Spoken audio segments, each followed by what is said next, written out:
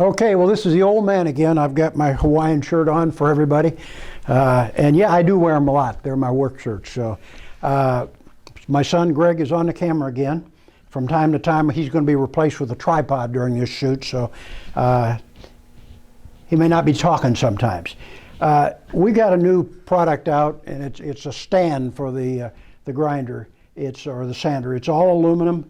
Greg, just show them the parts here. I've assembled this part way just to save a little time on this video. Comes with 4 legs, a support, a plate, some stanchions. What I'm going to do is this is very easy to put together. I've started an assembly on it just to save a little time on the video. It's just these 4 angles are cut like this. We've got some feet for it that can be either used with casters. Where are those casters, Greg? Let's walk over and just, you can put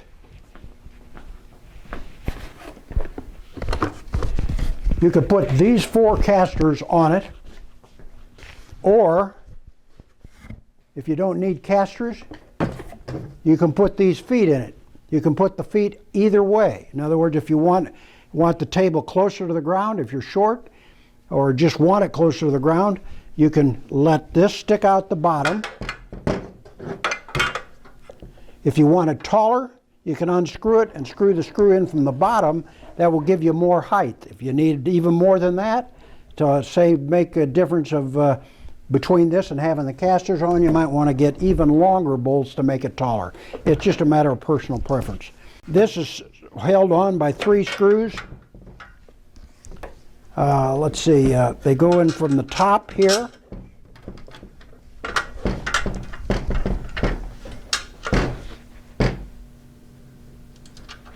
You'll have to forgive me, I'm kind of fumble-fingered, and it takes me a little longer than somebody who's not to put these things together. But that's all there is to it on each corner.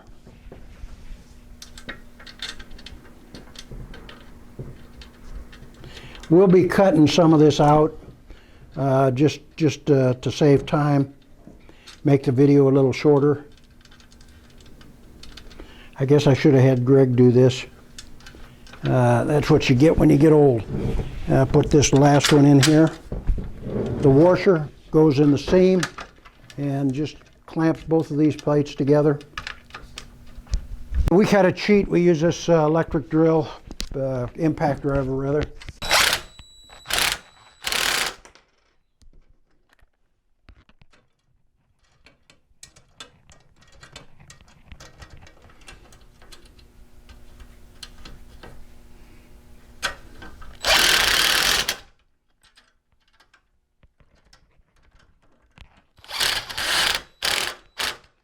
Okay, now if you do that to all 4 corners, you're going to have a base like that. Okay, we got the base together right now, all the corners. What we're going to do now, these will be stamped. They're kind of hard to see the stamps, so we've marked a lot of the numbers in. 3 goes to 3, 1 goes to 1, and so on. Greg, you want to go ahead? We're going to have Greg put this thing together because it takes me ever to thumb for put a nut on a screw for some reason. Now we're going to put 1 or 2 of these together, and then we're going to cut and show it to you after we get basically it's 5 verticals, or 4 verticals and an angle. So we use an impact driver. Let's go ahead and, you don't need one of these, but it sure makes it handy.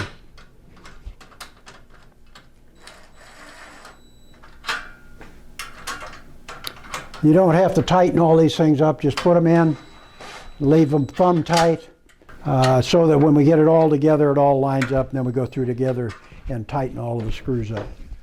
Okay, I'm just going to save us some editing time and cut this till we get the 4 legs on. Okay, we got 3 legs on. So we'll turn the camera on just a little bit till we, and again, we just thumb tight all this stuff up. Okay, the last thing we do is connect these 2 together. Let's go ahead and slide that bolt in there.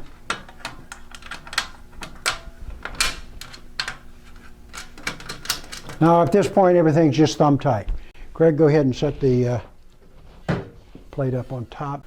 Okay, now what the plate has got counterbore holes. It's got 3 sets of holes. And then we tighten those up on top first, and then we'll go through and we'll tighten all of the bolts that hold the bottom or the base to the uprights and the support.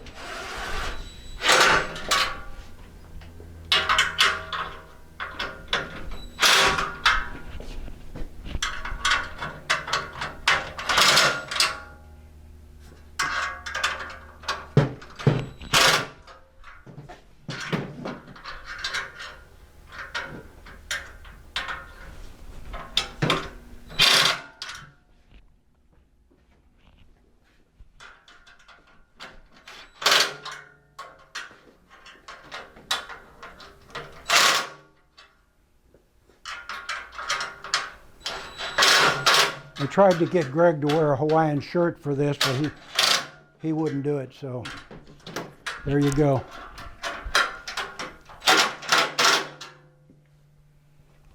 Okay.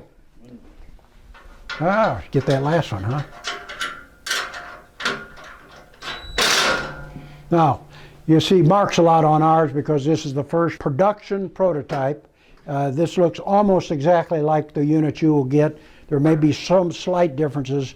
This is the table completed. On top of the table are the 3 standoffs and the bolts. Now there's carriage bolts there. We're probably going to ship a hex bolt with it. And here is the box that the base machine will come in. Go ahead and cut it open, Greg, and we'll show how to set the base machine up on the table.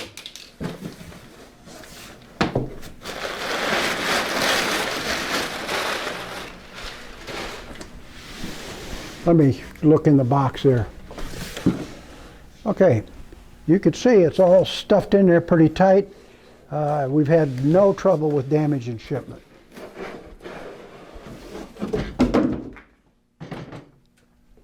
Okay, here's how it comes. You'll notice that there's little bits and pieces stashed all over this thing just to organize it and put it in as small a space as we can.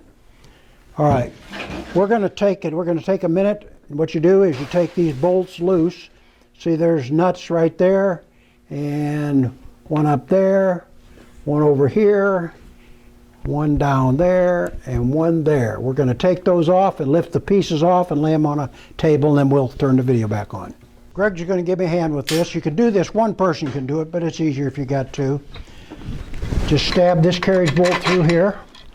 Put this with the chamfer side up and stab it in this hole here.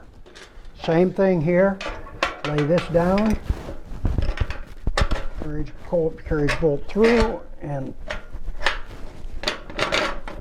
stab that. Greg, I'll hold this. You get that back. Well, let's put the nuts on the bottom side.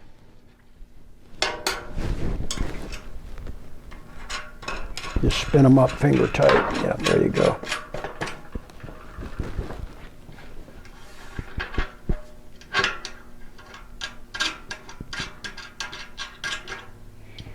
Stab that last one in there.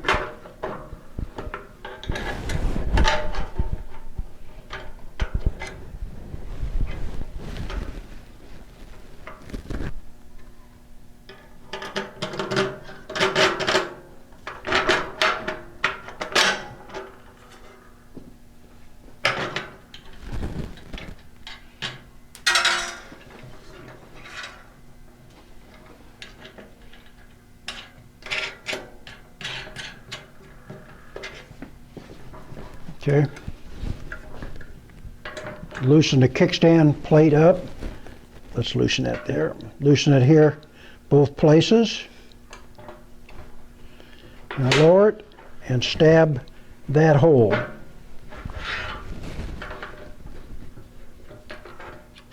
Is that a knife pun, Dad? Stab? That's going to be a flathead. I don't have any flatheads right now, so we just ran out. We got some more coming. So there we go. We're going to put a nut on that side. The fact that's a cap screw doesn't hurt anything for right now. Basically, that's the base setup of the machine. Now we got to lock it down, but before we do that, let's get a combination square, Greg.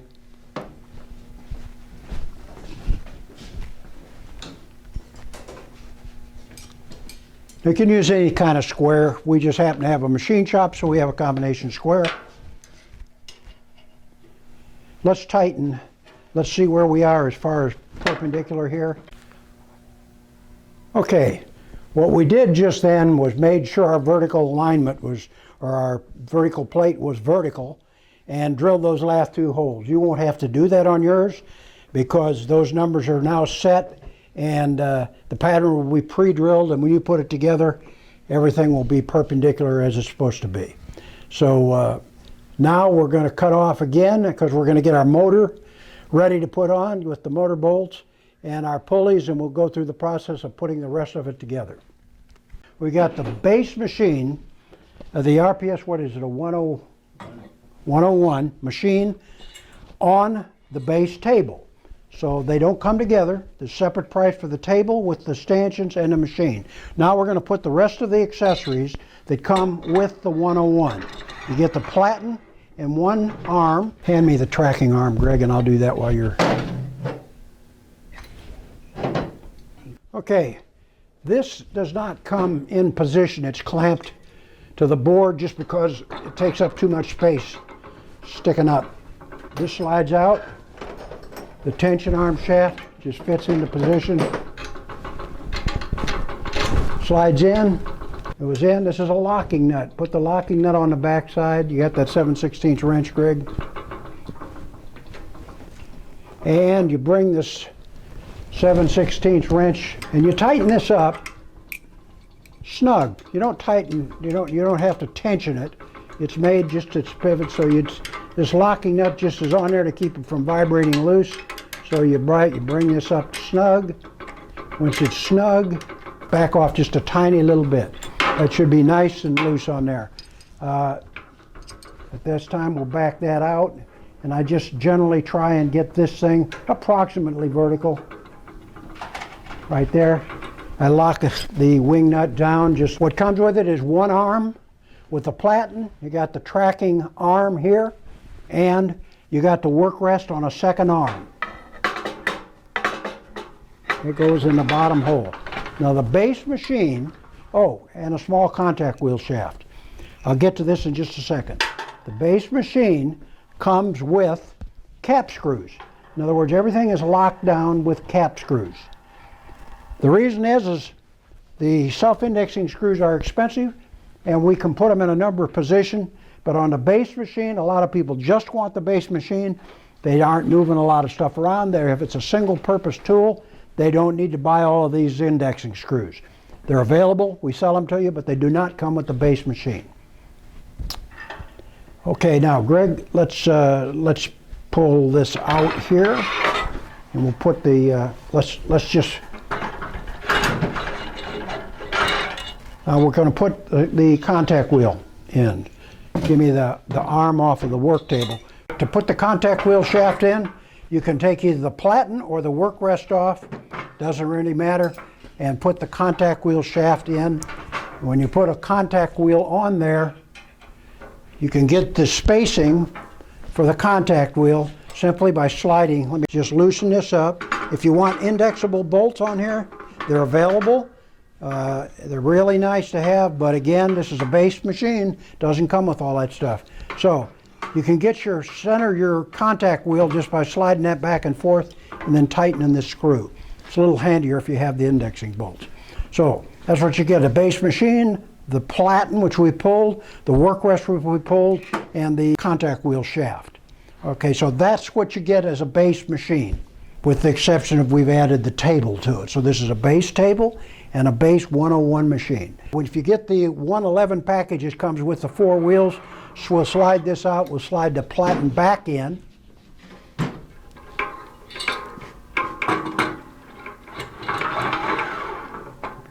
Now put the wheels over here. Here are the wheels that come with the 111 package.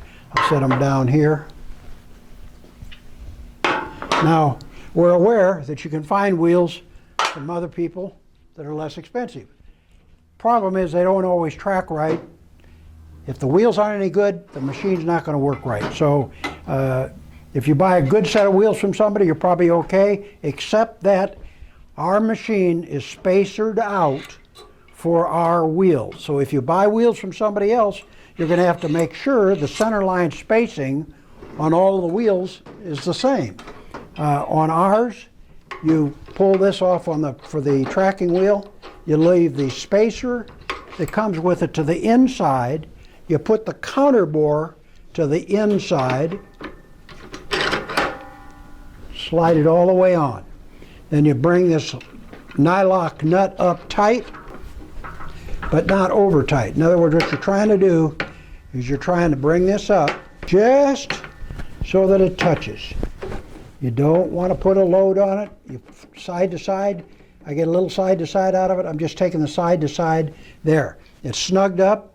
I just barely bumped it. I took the side to side out and tightened it up. I don't want to put any preload on those bearings. Same way here. When you take these loose, the wider bearing, just as this goes on here with our wheels, our idlers. It's a good thing I have Greg here to chase these things down. On our wheels, now keep in mind, if you use somebody else's wheels, the spacing could be different. The wide spacer to the middle, the wide, and the narrow to the narrow side. And again, on this, you tighten this up, and you tighten it up just enough so that there's no side-to-side movement. You can feel it when it comes out. I can feel a little bit in there. There, it's gone.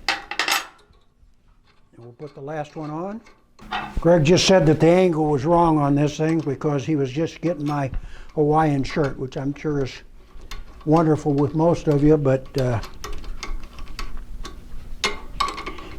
again, we'll just snug it up.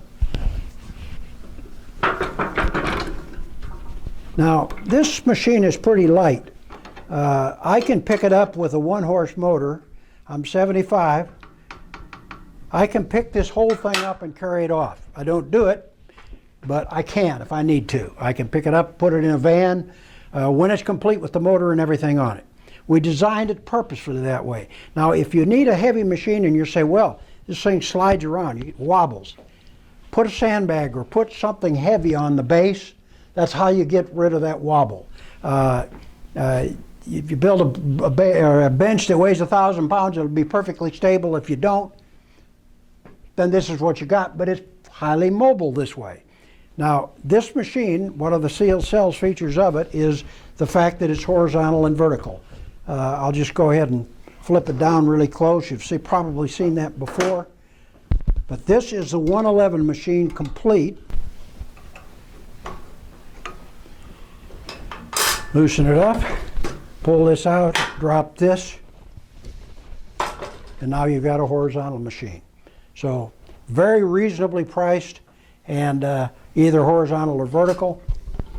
With our new table, it's quite easy to put together. Now, what we're going to do next, and we'll do that in a separate video. We're going to put the motor on, and we're going to put the VFD and wire it up. Now, the 111 package comes with the drive wheel, okay? But since we don't have the motor on, we can't put the drive wheel on. But now you've got the basic 101 or 111 machine as it sits. Now, we're going to cut the video. When we wire it, we've got to wire the motor before we put the motor on, and wire the VFD before we put it on. So we're going to cut it here, and we'll go into wiring the 1-horse machine on either the latter part of this video or on another video. Thank you a lot. Appreciate it. We pulled the motor out of the box. We're just cutting the plastic wrap from around it. You got to watch because their key is stuck here in the case to the nameplate. Just don't lose that while you're working with the motor. Okay, we're going to start off where we left off the other day. Now we're going to get ready to wire the motor, put the motor on. This one is a 1-horse machine. We're going to wire it 110. We'll come back in with some help on the 220 and the 2-horse machine. They're very similar, but we'll get into that here in a little bit. If you get the full-blown machine, in other words, you get everything you get here. You get the base, you get the base machine with all the attachments. Over here you get the motor, you get the speed controller, you get the on-off switch, and you get the forward-reverse switch. You get the wiring kit, and you get the motor. Now, depending on what kit you get or what package you get, you don't always get the two switches. It just depends on what you get. Check the list on the website or check with Greg, and so we can tell you whether all of these things come with it, but we're going to put them all on. Now, right here, this is these are Harbor Freight casters. We're using those right now, and the table is drilled out, or the stand is drilled out for them. The fixed one is an item number 61853, and the rotating caster is a number 61854. So I think those casters from Harbor Freight cost in the neighborhood of $22, $23 for the set. Okay, we're going to go to the tripod now. I'll cut off for just a second, and we'll start the wiring process. You start wiring with the motor off the machine. Okay, what we didn't show was the last piece of the stand, and it's simply putting the adapter on, or the VFD bracket on. So we're going to stick those on right now. The next thing we're going to do is start wiring the motor. Okay, first thing, this key, you got to remember not to lose that. I'm going to pull this off, and the reason I'm showing you this wiring diagram is important when you're wiring this motor in. You always want to wire for the low voltage side. The speed controller puts out 220 volts, which this is a 220 440 or 230 460 motor. So we're wiring for the low side, which means we tie leads 4, 5, and 6 together, and then we tie leads 1 and 7 to one of the legs coming in, like 8 and 2 to one of the legs coming in, and 9 and 3 to one of the legs coming in. Now, whatever I just said, what you want to do is follow that, not what I said, okay? That shows you how to wire this stuff. Now, what I'm going to do is I'm going to flip it up here. Screwdriver, we're going to take this little puppy apart.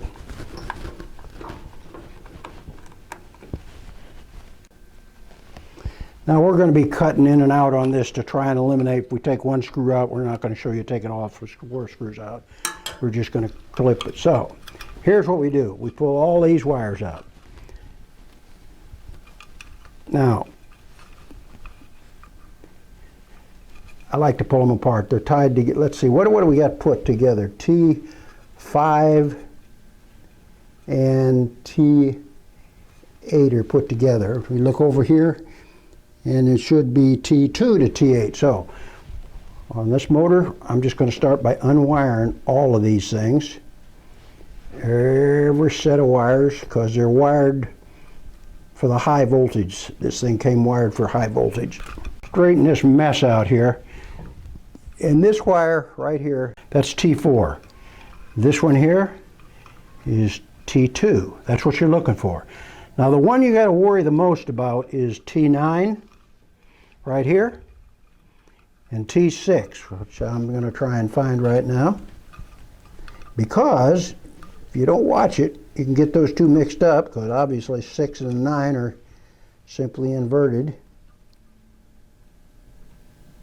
7, 8, no, I can't find 9, I can't find 6, so we're going to do a little cutting here. I'm sure there's 9 again. And I really want to show you this because it can get you in a lot of trouble if you do. 3. Good grief. All right, here we go. The T and you never know which way these wires are going to be.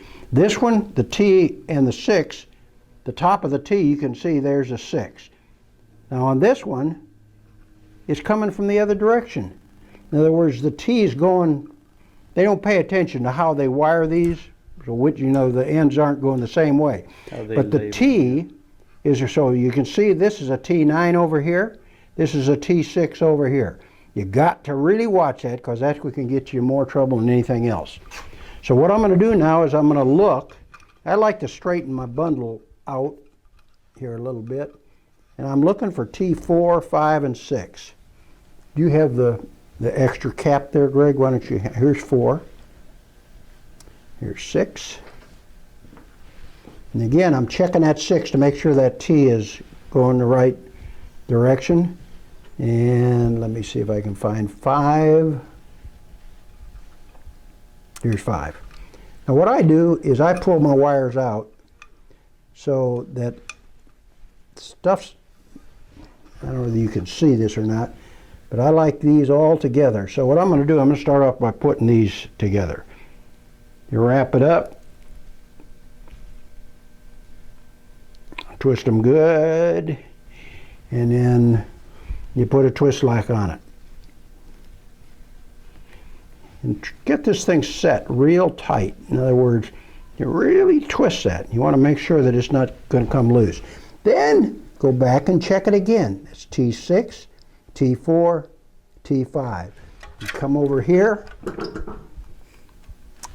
Here it is, T6, T5, T4. That's what we put together. Okay, now I'm going to take that bundle of wires, and what I do is I pull all these other little wires out of that bundle. So these are together, and the other wires are not sticking through the middle of the pile. You don't have to do this, but I like to get it kind of organized. And I do that.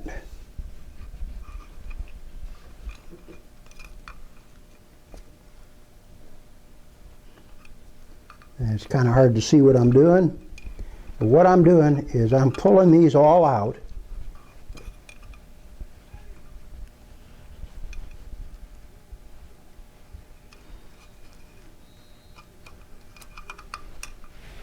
Basically, so they're separated.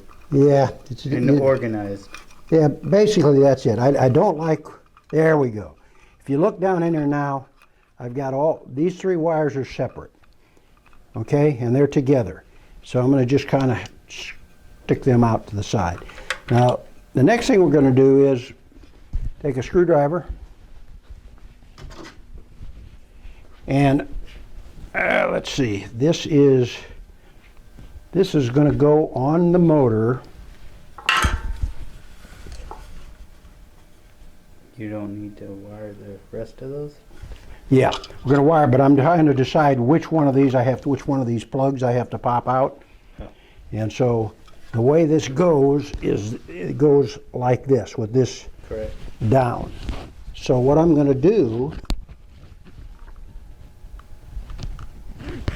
and when that swings horizontal, that means this is the plug that's to the bottom, and that's the one I'm going to pop. So you just take this, turn it around so we can get a little better jab at it. Okay. Knock that little wafer out there. Okay, next thing we're going to do is go get, here's the wiring kit. I'm going to hang this over here. Take the wire nut off of, so I'm going to take these off, lay them down. Okay, here we go. This is the end that goes in.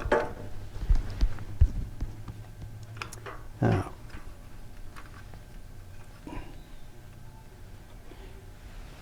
this has got a taper to it.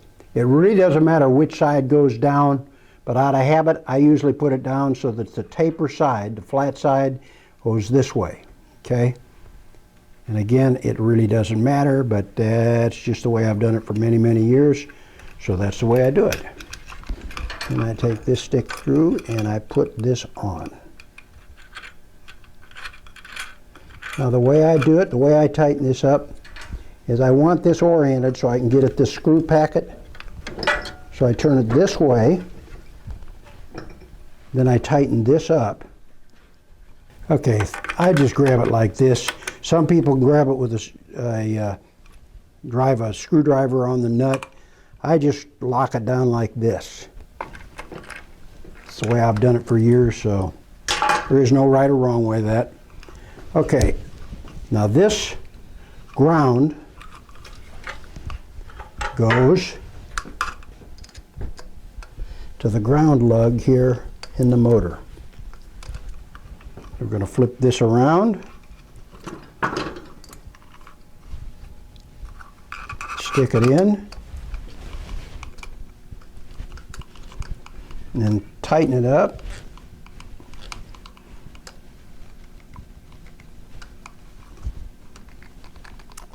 And grab it and make sure it's not loose, because that's what's grounding everything to the case of the motor, okay? That's good. Now we start the process of, I'm going over, my back over here, Greg, and I'm looking, leads. We're going to start off with 1 and 7. Doesn't matter which, I just have to look for it. Here's 7.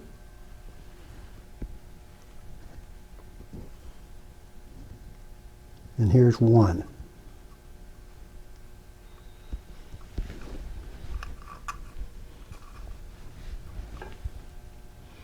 Again, I try and keep my wires straight, just so it's everything looks like this is 1 and 7. There's 1.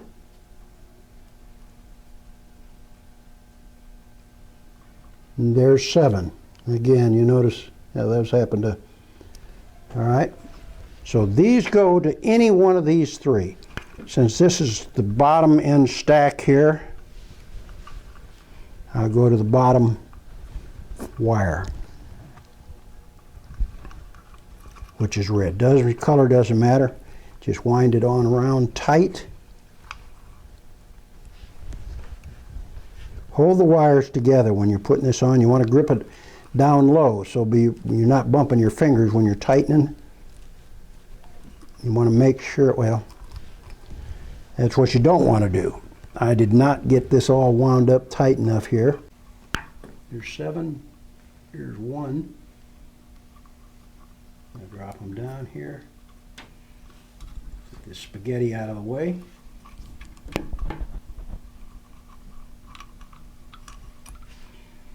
Now the trick is to grab this thing down further so that you got enough room when you run the wire nut on that as it screws in, you're not pushing the wires out of your fingers. And you tighten it up pretty tight, okay? When you're done with that, you stick that out of the way. I stick this one out of the way after I'm done with it.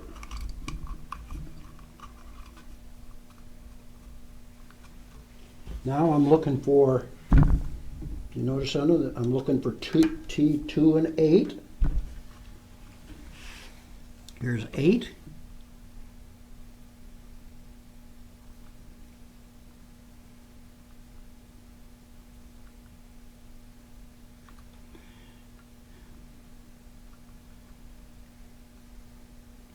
There's T2 and there's T8.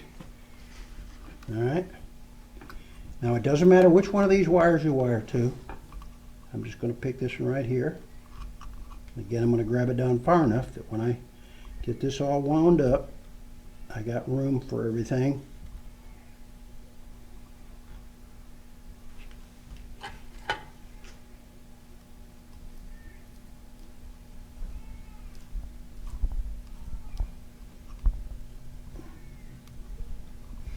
All right, that's nice and snug.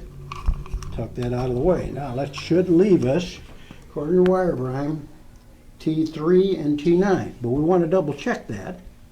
There's T9, and you see the top of the T shows you that that is the 9. And T3. T9 and T3, okay? That goes to our last wire.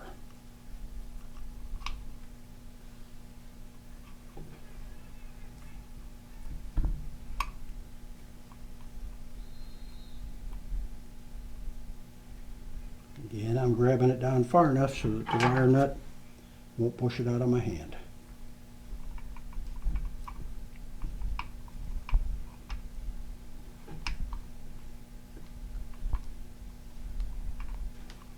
All right, I'll tuck that down out of the way. Now, I'm done with the motor. Where's the cover to the motor?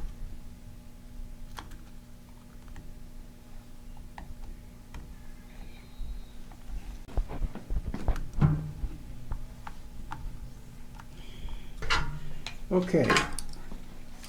Now, the next thing we're going to do is put that motor on. Okay. Now, you take one of these 4 screws. It's easier if you got 2 people to do this, and you just stick one of the screws through the hole. And they're a little snug in that hole, but that's fine. Yeah, the vertical or the mount base, we'll show you in a minute, goes to the back. There we go. We're picking up the screw. You got to clock the motor right to get this thing started. And once you got one started, now we're going to get the second one. Sometimes you kind of got to wobble the motor a little bit to get these screws in.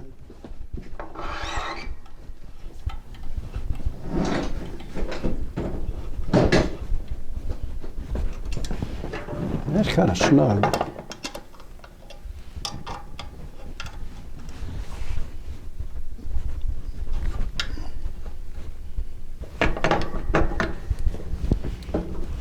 That's tighter than it normally is, but it's going.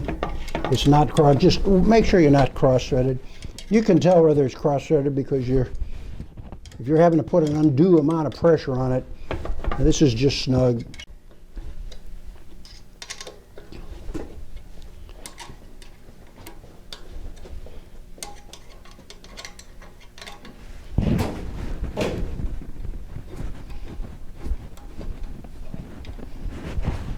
Okay, we'll put the other 2. These are button head screws.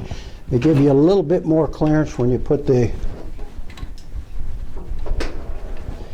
belt on. If we'd been smart, we used a power driver for this, but if we don't have it, we'll use the hand driver for it.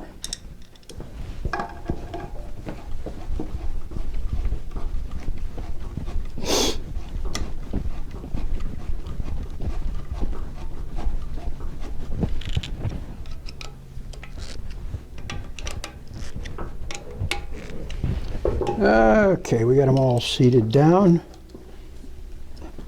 You don't have to be overbearing about how you tighten this. Snug it up.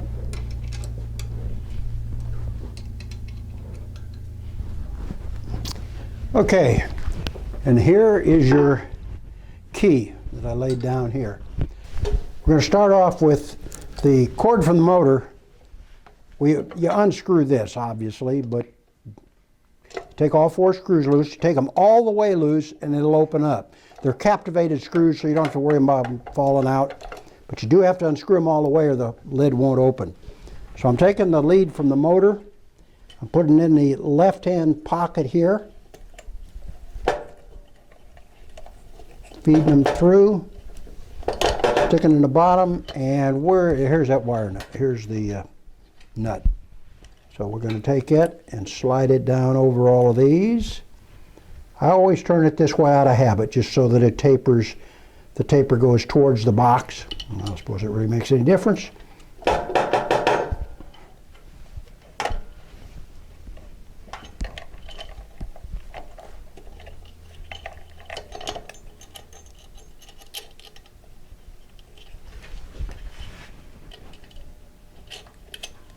And we screw this on this way. You know where the pliers are, Greg? Again, you can do this by tapping on it. I just hold it in place, grab the whole thing and tighten it.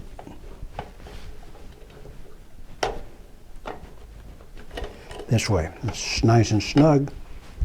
Now, we take our other cord, the input cord,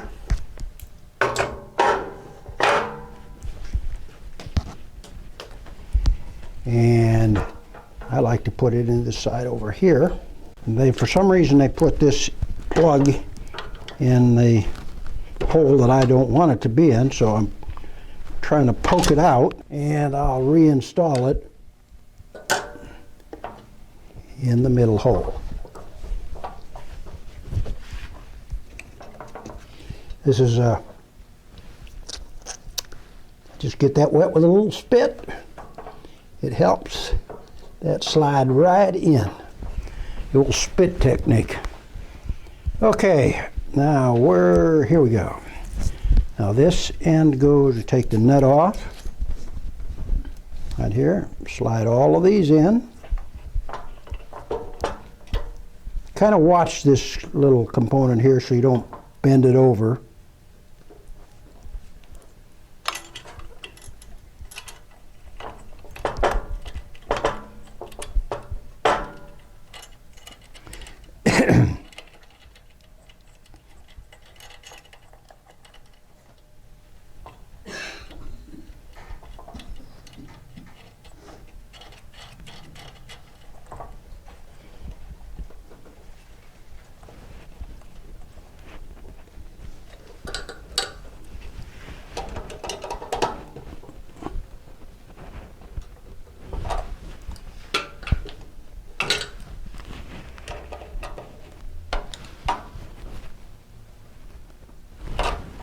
I just orient these so I can get at these screws if I ever need to take them loose from the front.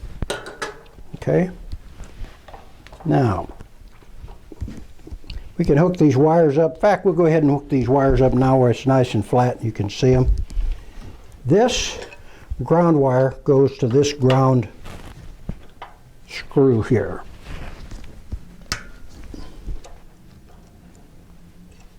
Try and rotate that or lift it up so it's kind of out of the way here.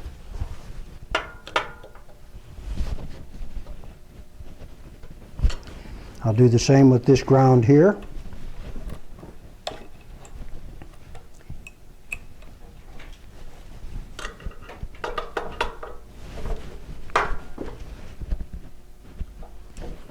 Now I'm going to take this ground here. This is loose. I generally just kind of twist things, and I put just a little crimp in this so that I can get it in. And I bend it just a little bit so I can get it started there. Tighten it up. Bring it around to the side here.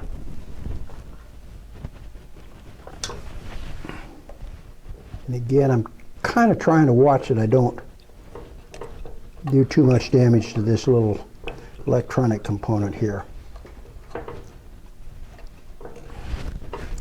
Now, these leads on the input. Normally put the black lead, which is generally the power, that's got the 110 power. And we generally put it under L1.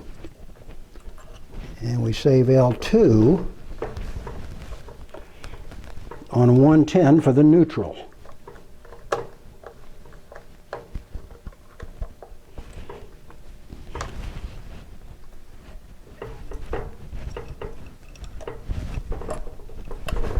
And I know I'm going to get some comments that people use a Phillips head screwdriver when they're putting this stuff together. And so just to please everybody that likes me to do things with the right tool, I'm going to go get a Phillips head screwdriver. Put the rest of it really doesn't matter, but it does to some people.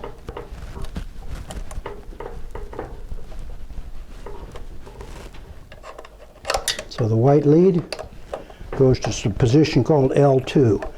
Now if you were wiring this 220, then this would be the second hot lead. In other words, instead of a 110 and a ground, now that's Phillips, I'm going to go back, use my straight blade because my Phillips is too small. Okay, so this is how the 110. The 110 line, the neutral line, and the ground line. Now these can go That's in. coming from the 110 plug. That's from this plug. And right now, we got a 110 plug on it. This unit can be done 220.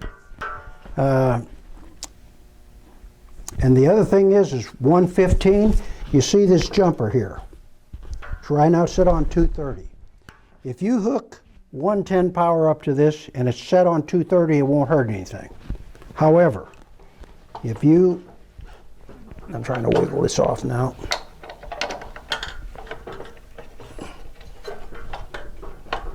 Yeah, let's.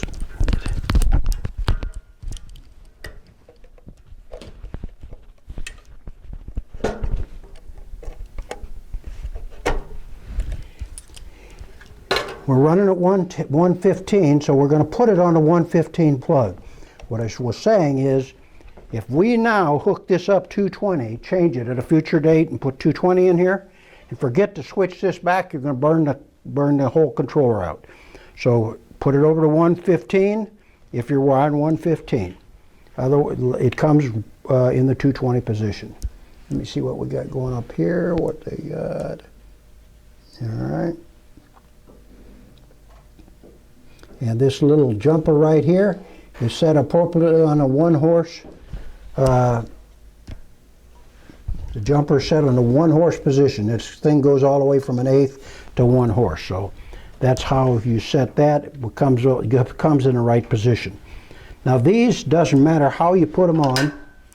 I just picked the one that's closest to this side.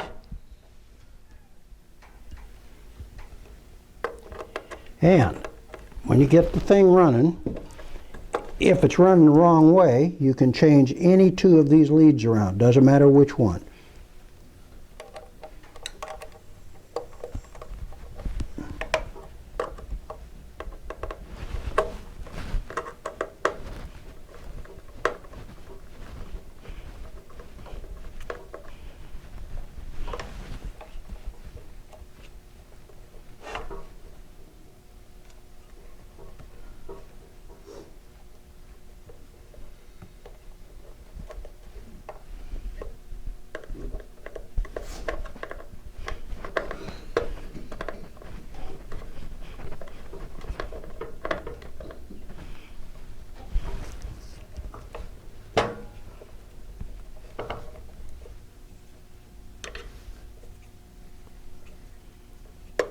See, if you can see, I'm just bending those up a little bit, so when I slide them in here, they come in at a little easier angle.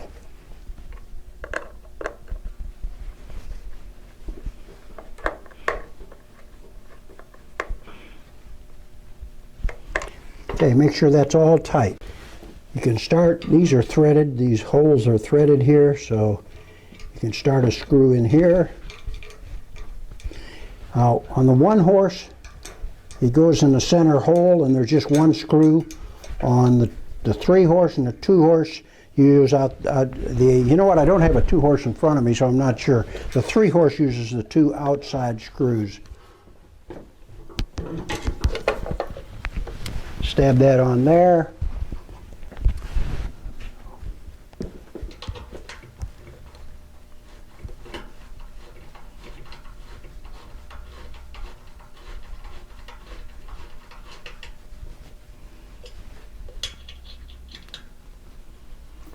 I'm not doing a lot of talking because I'm working so hard here. All right. All we're doing is securing these bolts. I just want to make sure that you run this wire, route this wire this direction. This one's a little outboard of the table. Okay. Now, I just generally take this, wrap it around here. Okay, now I'm going to show you why I put the cords in that position. When we go to horizontal,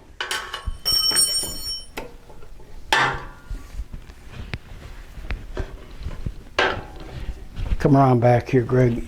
When you put it out the right hole, then it hangs down this way and it doesn't throw your cord in a kink. Put it out some of these other holes, like inside here, sticking straight forward there. When you pull it up, the cord's brushing on the table.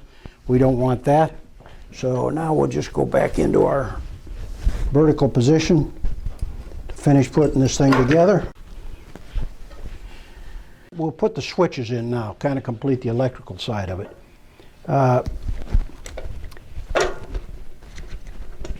If you're going to put a power switch in, this is the hole for the power switch. You just kind of got to grab this and kind of pull that out of there. If you're going to put a forward reverse switch in, do the same thing here. You pull this out.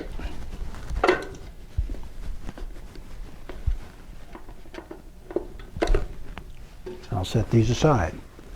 Now over here are the boxes the switches come in. This is the forward reverse switch. I mean, this is the on-off switch. Got the wires. There's a key in there. That means, you'll see here, here's a keyway right here. There's a little key there. So we stick this through, and that orients the switch properly.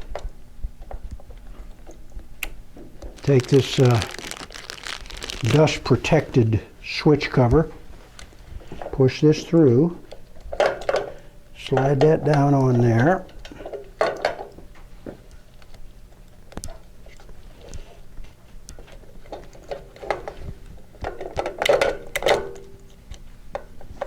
Kind of hard to get this thing started straight. You kind of got to watch it. It's best to kind of get it in a neutral position here to start this thread.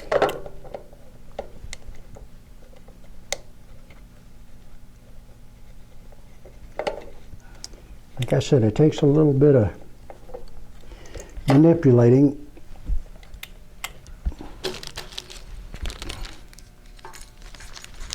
And they send you this handy dandy little tool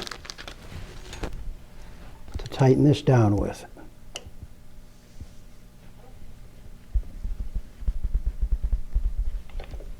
Snug it up, okay? And it puts that in. Here are the directions. Just zoom in on this. Always look at that. And what they're telling you is,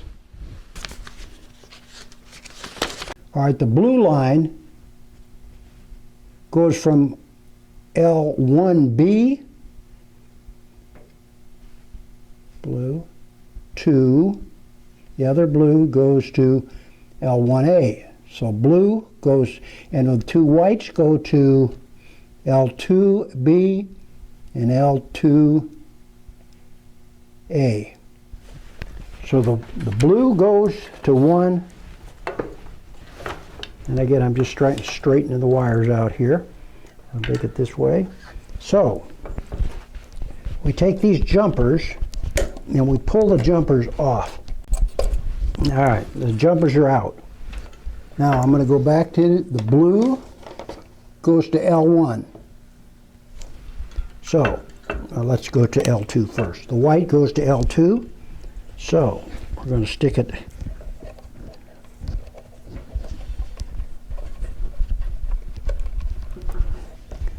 L1, or the white goes to L2.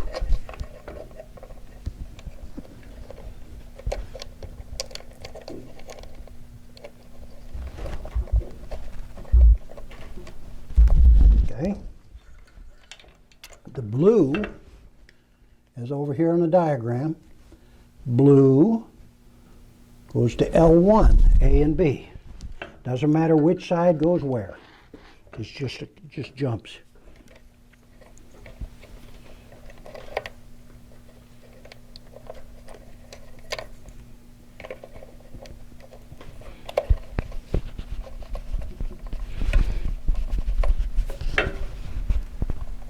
They're a nice snug fit, so there.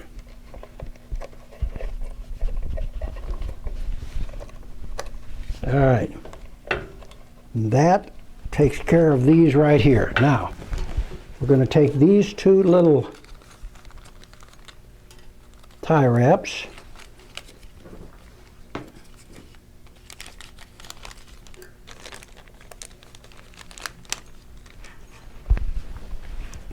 And I secure them down here around this ground cable. Loosely. I don't tie them up real tight. And then I tie these together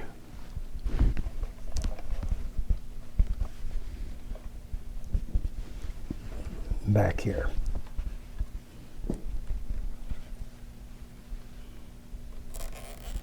Now I pull them down, I don't snug them real tight. All right, we're just going to nip these off.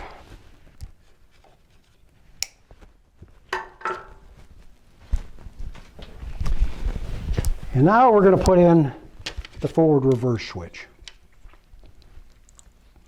It also has got a little key in it. You put it through there. It doesn't have any nuts on it. This particular one doesn't have any nuts on it.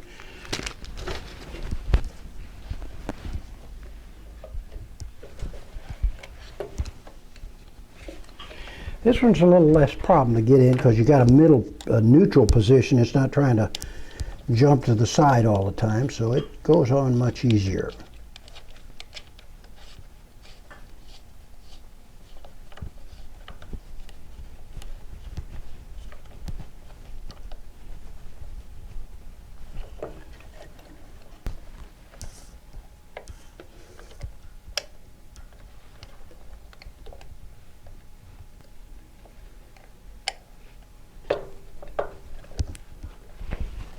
Okay, now these leads right here,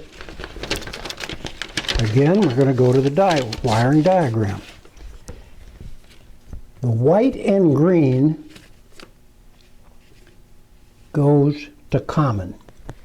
Here's a white and green. You look up in here, pull this jumper off here. Golly. These are stuck on there, so I'm trying to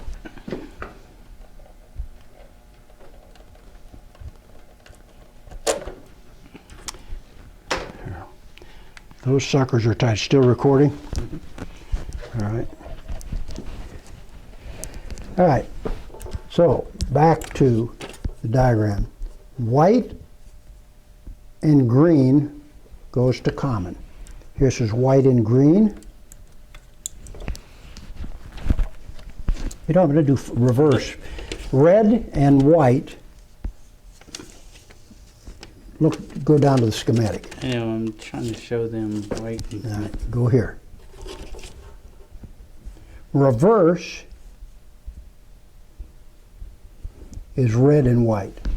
It's just easiest to go in this order because here's reverse is at the bottom.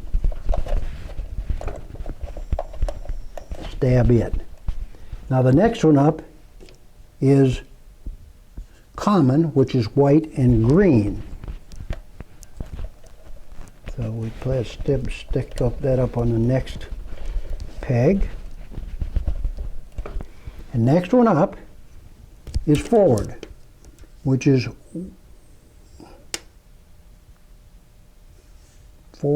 white and yellow, which is what I got in my hand.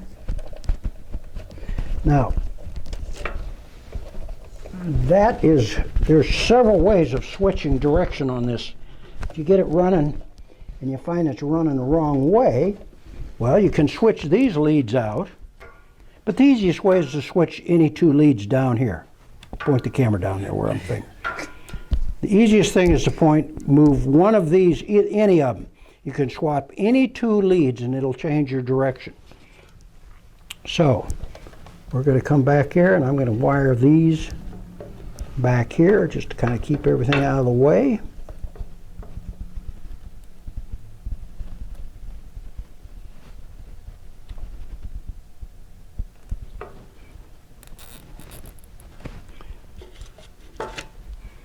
And I'm going to tie this right in the middle here.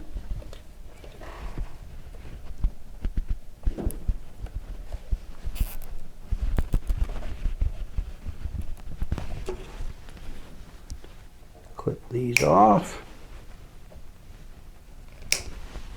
Okay. Now just tuck these wires up in. when you're putting it all back together so you're not pinching any wires here. And got the screwdriver, Greg, straight blade. Aha!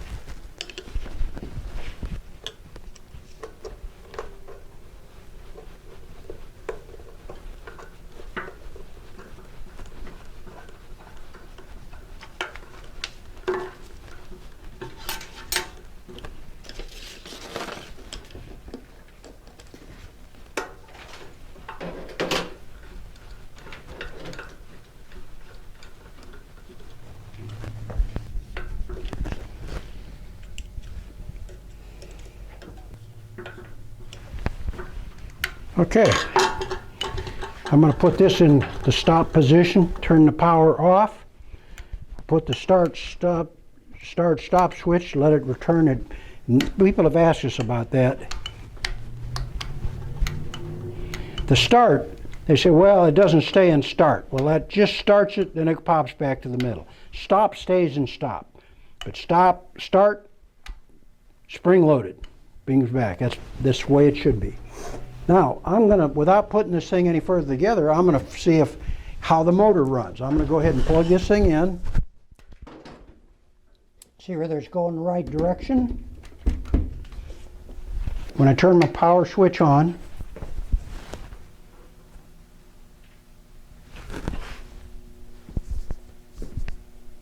I got a green and a purple, all right? I'm going to put it in forward.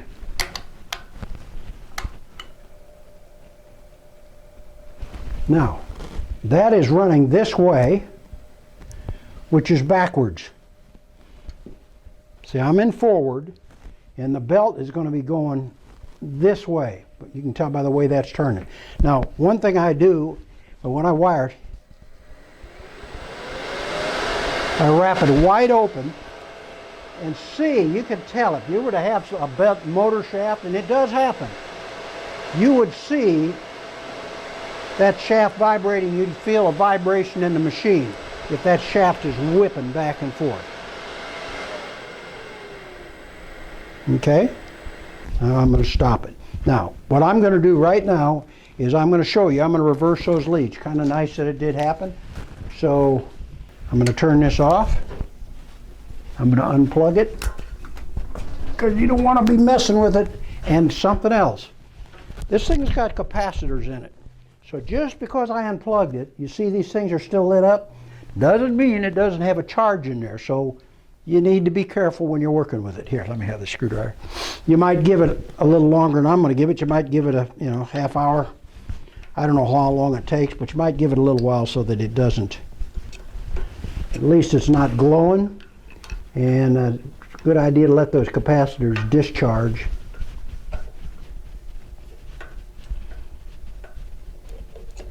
Now, you could switch the leads around in the motor. You could switch them anywhere. But what I'm going to do is I'm going to just switch out my red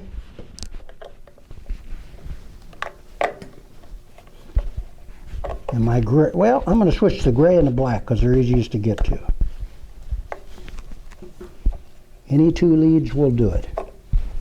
Pull this one loose. Pull this one loose. Leads over here, and that means the black goes here.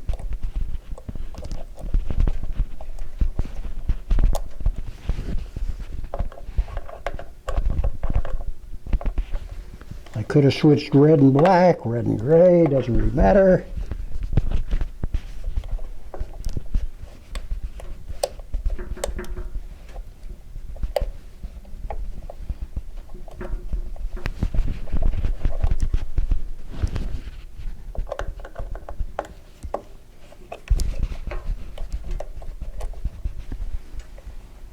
Well, I bent one of those little tabs up, that's why it wasn't going.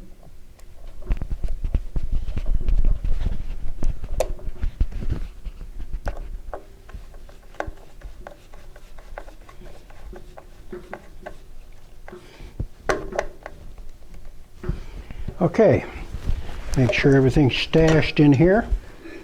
No wires sticking in, getting crushed.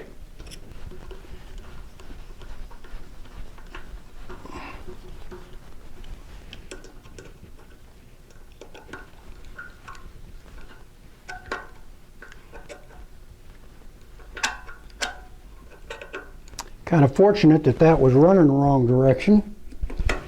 So that's one of the questions we get a lot. Okay. Okay, let's take and plug this in and see if it works. Whoops. If it's more better. Turn the power on. Put it forward. Okay. You all can see that the belt is, that means belt is going to be coming this way and around, which drops down in front. That is running the right direction. And if reverse works, you should shut it off before you do that, but we're running slow enough it doesn't make any difference. I'm going to shut the power off now. I'm going to unplug it. And I just generally wrap this thing around here like this.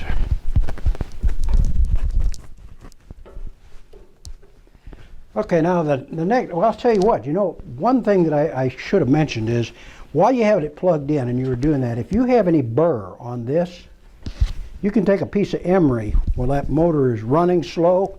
You're going to turn it back on.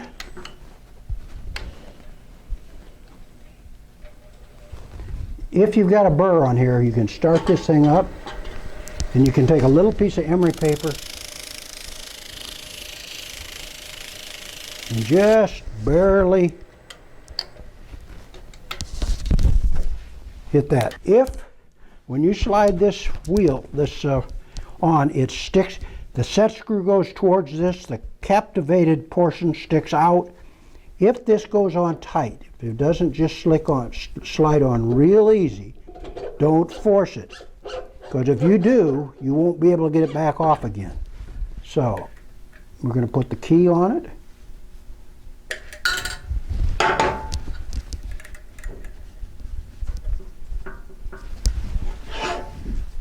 Now we're going to orient the key. Now, this should be 3/8 of an inch. About 7/16 is perfect. Between 3/8 and 1.5 from that face. So I'm going to turn it around. There's a set screw here. Snug that down. And again, about 7/16 of an inch. Let me flip that scale around. 7/16 of an inch is perfect. Okay? So now we've got the machine wired. We've got it going in the right direction. We showed you when we were putting the machine together about the spacing on the Platen wheels. Now, and I'll mention it again, the spacing on these wheels is only if you buy the wheels from us. These are 2-inch wide. This is 2 3/8 wide.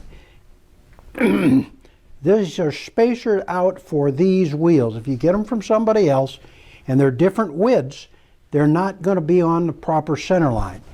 On our machine, if you want to know how to space your wheels, if you get something else, the center line from this side is 1.5 inches to the center of the wheel. Now, if you're measuring from and that's from this surface, it's still 1.5 inches from this surface. If you're measuring from this surface, for instance right here, it's 2, because this sits 1/2 inch back from this surface. So since this is 1/2 inch back, center line of this wheel is 2 inches, center line of this wheel is 1.5 inches. From here, center line of these are 1.5 inches. They've all got to be lined up. Now we're going to put a belt on it. We're going to show you how to adjust the machine, actually take the machine that we've freshly assembled and get it to run and track like it should. Now there's videos on all of this stuff, but we've never put one video together that showed everything from the ground up. We've never had the table before, so we've never had, you're going to find a lot of duplication on this, but take it for what it is. We put the belt on. Now, on this machine, you can lock the arm down like so. Now, we've got cap screws. The reason is We hold things together with cap screws because they're inexpensive. We've priced this machine extremely reasonably so that people could start, get in it for very little money, get the base machine, and then as time goes on, they can build up. I'm moving these screws over to this side because this side works better. Well, you know what I'm going to do right now? I'm just going to take these two screws out just for convenience and go with our indexable screws. Just they're an additional fee that doesn't come stock with these indexable screws, but it makes it so much easier to work with. They're not terribly expensive. You don't need two of them. You can just get by with one. I'll put the work rest on. And the way you adjust this, with everything, with this latch on, in other words, swing latch in, then you pull this back. Now this whole table is very light. It's made that way because it allows us to move it around. If you don't want, if you want it real heavy, if you're fixing to do a lot of heavy grinding, or you just don't, you want it more stable, you can put sandbags. You can put anything on the back of that thing to make it really heavy so it won't move. Or you can put casters on it like we do most of the time, and then it is going to be easy to move. But you can still put after we get it in position you want, you can throw a 50-pound bag on it or wherever you want to make it stable. You can't make it both light and make it so you can't move it around. So we elected for lightness. You pull this all the way, and then you just bump it in. Well, you pull it this way, and then you just take and push this in. Watch what I've done. Tight, and I put my fingernail about 1/8 of an inch, and I slide it in that 1/8 of an inch, and then I tighten it down. Now that's a pretty good starting adjustment. That gives you enough slack in the belt so you can slide it off and on.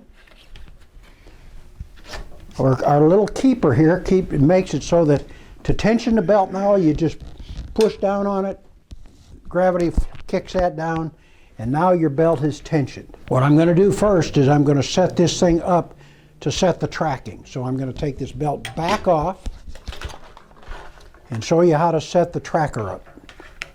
There's two ways that this machine is made to track.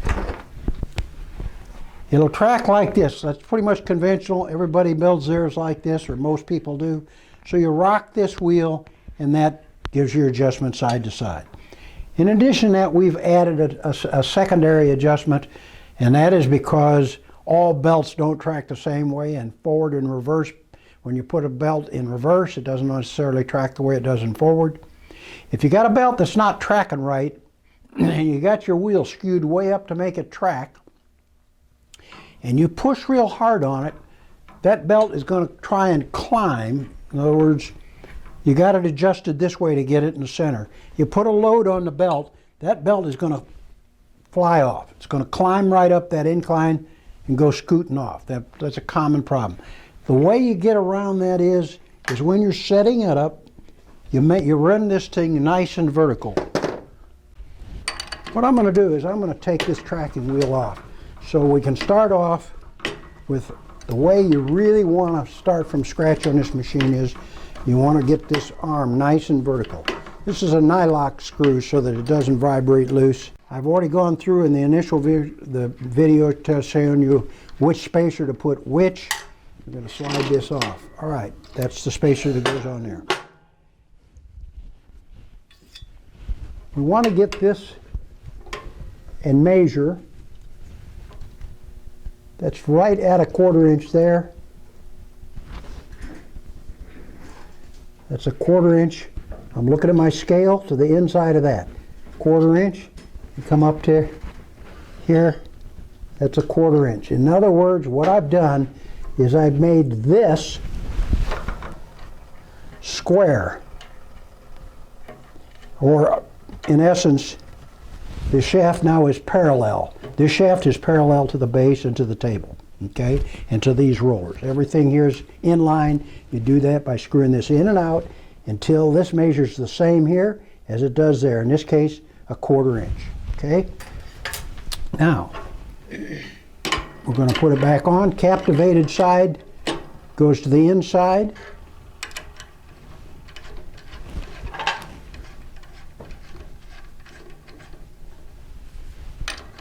Now, again, I adjust this. I don't like to load the bearings. I bring it up till it's just barely touching. Take the slack out of it. There, no sideways movement. All right, we're going to put the belt back on.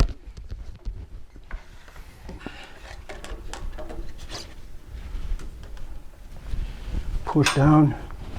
Now the belt's tensioned.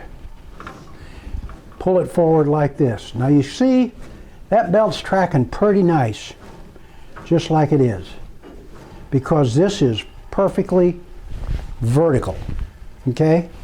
Now, if this did not track right, the secondary adjustment is here. We're going to turn it on and see just how well it tracks. I'm going to adjust the platen, and the way the platen should be adjusted is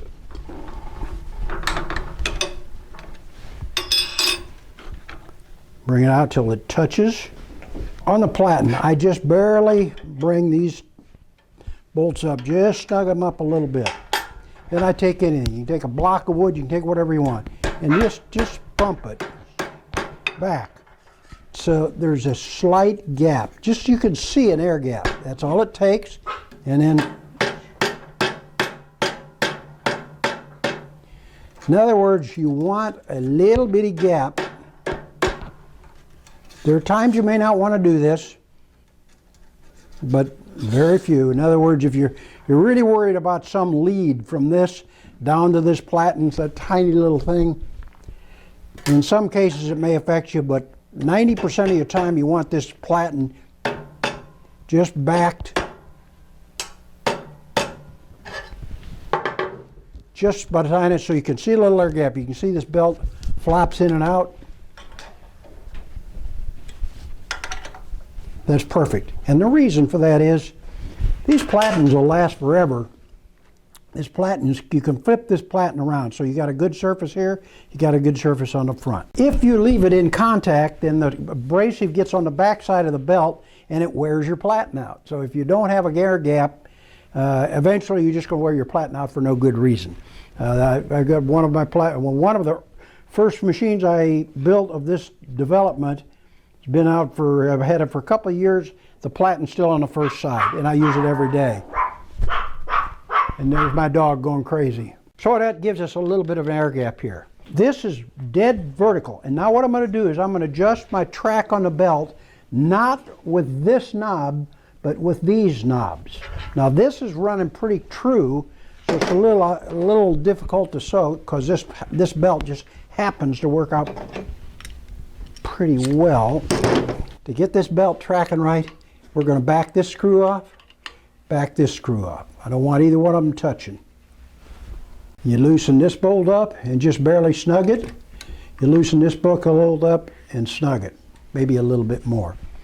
All right, now what we're going to do is we're going to turn it on slow and forward. And it's running this way. So I'm going to, got this backed off. I'm going to just, I'm not sure which way it goes, whether I tighten the back screw to move it that way. I'm going to try turning the back screw in and see if it moves the belt the right way.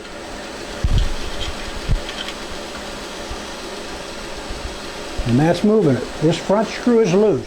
You see I've moved the belt over, come around this side so you can see where it's tracking on the platen. That's what we're trying to get it run true to. I'll crank it up a little bit. Now this particular belt has got a little lope in it. It's just a belt. And when they cut these belts, people say, well, why does it wiggle? It wiggles because they don't always cut these belts true. In other words, the grain is on a bias, and when they cut them, some of them run real true side to side, Some of them got a little wiggle in like this does. Nothing wrong with the machine, it's just the belt is cut that way. Now, I've got this running right in the middle. The lope is, you know what, I'm just going to crank it just the tiniest bit. I'm kind of loping the same side each way. In other words, it's loping off both sides here. And I'm going to bring this up and I'm just going to barely engage it. And I'm going to take and tighten this a little bit and tighten this a little bit. When I say a little bit, I mean a little bit. Take a look. It's tracking where I want it to. Now I'll take these two screws, tighten them down. Now, when you've got it set this way, and you've got it all brought, you should be able to lay on this real heavy without the belt hopping side to side, because this wheel is either tilted this way or tilted this way. And that's why our belt machine, when it's adjusted properly, belts don't fly off of it under heavy load. Okay, let's see, is there anything else, any other questions I can think of? People want to know. One thing I just thought of, we got kind of a rough edge on this surface here. You'll see some dicum on these. This is the first production prototype. In other words, I just rough cut this. I didn't machine it. The finished ones will be machined and they'll be all pretty. So if you notice, say, well, that doesn't look too nice. It doesn't on this one. We'll will on the ones that we ship to you. Okay, let's crank it up. Okay, we're talking about the lope in the belt. I'm going to take this belt off and put a different one on and see what we get out of it. Okay, release it, pull this one off. Now this belt is a real flexible belt, and I have no idea. Sometimes these run real well and sometimes they run all over the place. So the more flexible the belt is, sometimes the more difficult it is to keep that adjustment on it. We'll find out. Well, this belt is a little bigger than the old one, so I'm going to retension it. I'm going to loosen this up, pull this in, move it in that 1/8 of an inch, tighten it back up, release it. I'm going to just flip it to see. Looks to me like it's run just about like the other one did. Now, you'll notice there's a tiniest little bit of hop on the side. But for the most part, that's running pretty darn true. That's the way most belts run. But I've had people call me and say, I don't understand it. The thing's wobbling all over the place. If it's wobbling, go get some more belts. If they're all the same, like if you bought 10 of these belts at the same time, all 10 of them are liable to wobble like that. Does it hurt you when you use them? Or particularly on a course belt where you're just roughing stuff up in, if it's moving back and forth, it really doesn't matter.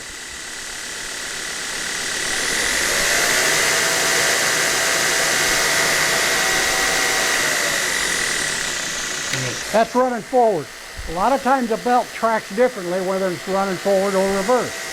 So we're going to slow it down, stop it, put it in reverse, flip it in reverse and see. It's not ridiculously running out, so start it. Okay. That belt is only moved over about a 1/16 of an inch. That's quite a little. Sometimes they'll move over a lot. And that's where people get in trouble. Especially if you got a belt that requires a lot of adjustment, skewing this up or down. To get it to run through, they skew it up, then they lay into it real heavy, and it climbs one way or the other. Had a guy call me and say, hey, I've ground into this piece here. That's because we wasn't flipping it by hand when he started it up. He was letting the belt get into this thing. It should never hit. But the best way to do it when you start it either direction is just give it a flip, okay? So now, in reverse, that's such a small amount, you can adjust it with this.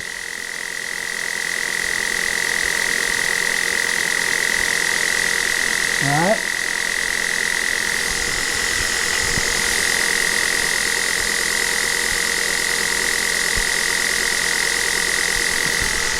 Okay, that puts it back in. If it was a large amount, then what I'd do is I'd straighten this back up. You can eyeball this pretty good with this. I'd straighten it back up if I were going to put a load on it. If I was just doing some finish up work, I wouldn't care if I had to crank this up or crank that over to get it to track. That doesn't matter if you're not loading it up. But if you're going to load it up, then readjust the belt with this. You don't have to do that very often. I mean, you may never do it. So, okay, now we're going to try something else that I've heard about called a quarter test. I've never done it. Greg said something about it. We're going to give it a try. Let me turn this thing in forward. Okay, here we go. Is that on?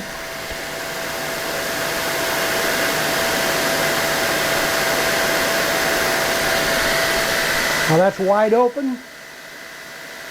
I don't know that this matters, but some people think it does. So, there you go.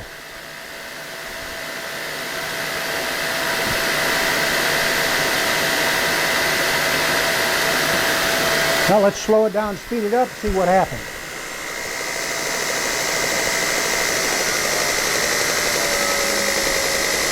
Whoop, starting to wobble.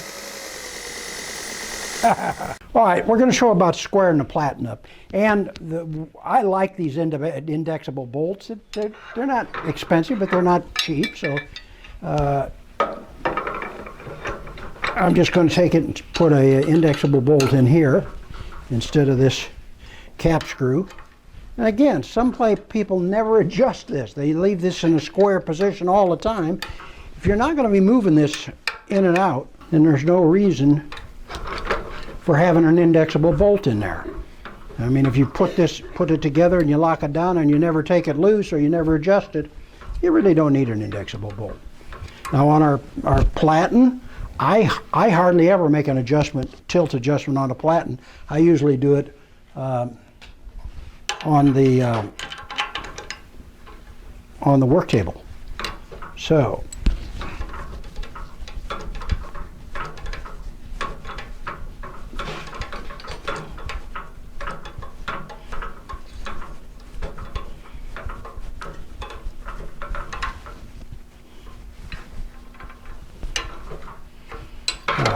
let's turn it over.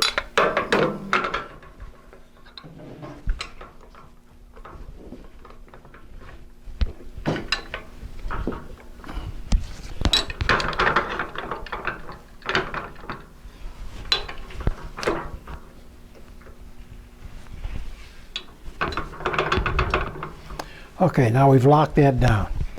Okay, here's a machinist square. You can use a 1, 2, 3 block. You can use a lot of anything that's good and square. Heck, you could use a sheet of paper if you needed to, or the square paper. I mean, it's better to have something that's solid, but loosen this up. Just barely bring it so that it's easy to rotate, and take your square and slide it up. You can see that as I tilt this thing forward, I can bring that in where that is actually completely square against the Platen. Now remember, and then tighten it down. Now remember, if you move the Platen in or out for some reason for a slack belt, you got to readjust things because the Platen may not be back in the exact same position it was. So that's how you adjust your Platen. That shows the indexable screws we've got. I've got 4 or 5 indexable screws on my machines that I use daily. But then I love all that stuff. So at any rate, this is our new table with the standoffs. It's completely aluminum with a 1-horse machine. I've got a problem with my shoulder, so I'm not going to pick it up, but I'm 75 and I can pick that up and move it with my shoulders feeling all right. Okay, well, that's pretty much it. If we can think of some things we failed to mention in any of these things, we'll insert some some text in the middle of video saying, hey, we said something wrong or did something wrong. And again, keep in mind that this is a production prototype on the table. It's not finished as nicely as the units you will get. We're actually in our first production, doing our first production run, starting the first of the week. So we appreciate all of you. We've moved into our new building. You want to pan back here, Greg? We'll do a tour of the building later, but we're just going to pan back here. That's our new VF4 back in the corner there. This is an assembly area. We'll do it. There's the office there. We've got in the back behind the room, there's a dirty room. We haven't bought a surface grinder yet, but we're going to buy a surface grinder because we're going to be doing some commercial, some work on some hardened Platens and such for people. Again, we will do a more detailed shop video. Oh, there's our shop. There's our dog, our watchdog right there. Okay. All righty. Thank you very much. We appreciate your business. You all have helped us get where we've gotten so far, and we're greatly appreciative of your work. We promise we're going to continue to give the kind of customer support that you all deserve. God bless all of you. Thank you.